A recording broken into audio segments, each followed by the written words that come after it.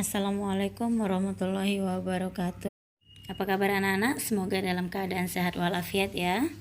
Hari ini kita belajar fikih mengenai ibadah kurban. Sebelum belajar, kita baca doa terlebih dahulu ya. Bismillahirrahmanirrahim. Rabbi zidni ilman warzuqni fahman. Anak-anak, kita mulai belajar dari sejarah ibadah kurban. Ibadah kurban disyariatkan kepada umat Islam yang memiliki kemampuan. Ibadah kurban dalam sejarah Islam dimulai pada masa Nabi Ibrahim alaihissalam. Beliau mendapatkan perintah dari Allah melalui mimpi untuk mengorbankan putra kesayangannya yang bernama Nabi Ismail alaihissalam. Mimpi seorang nabi bukanlah seperti mimpi orang biasa. Mimpi pada seorang nabi adalah petunjuk dari Allah Subhanahu wa Ta'ala. Nabi Ibrahim alaihissalam menyampaikan perihal mimpinya kepada Nabi Ismail alaihissalam. Nabi Ismail adalah anak yang soleh, anak yang patuh. Ia menerima dengan ikhlas perintah Allah tersebut.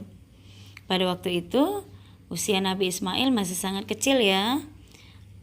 Pada saat itu usia beliau 7 tahun. Ada juga yang berpendapat pada saat itu usia Nabi Ismail 13 tahun. Tepat pada tanggal 10 Zulhijjah, Nabi Ismail hendak dikurbankan kepada Allah. Karena melihat ketaatan dan ketakwaan Nabi Ibrahim alaihissalam dan Nabi Ismail alaihissalam, Allah menggantikan Nabi Ismail dengan seekor domba. Allah menggantinya dengan seekor domba yang sangat besar ya. Akhirnya Nabi Ibrahim tidak jadi mengorbankan Nabi Ismail. Inilah sejarah yang menjadi syariat kurban bagi umat Islam di seluruh dunia. Lanjut ya, pengertian dan dalil ibadah kurban. Secara bahasa, kurban berasal dari bahasa Arab qaraba yaqrabu kurbanan, yang artinya mendekatkan diri.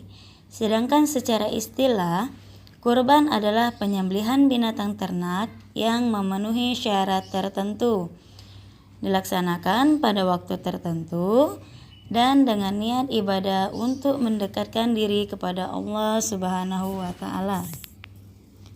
Menurut ilmu fikih, kurban adalah menyembelih binatang ternak pada hari raya Nahr atau Idul Adha dan hari-hari tasyrik, yakni tanggal 11, 12, dan 13 Zulhijjah, dengan niat untuk mendekatkan diri kepada Allah Subhanahu wa Ta'ala dan mendapatkan ridhonya.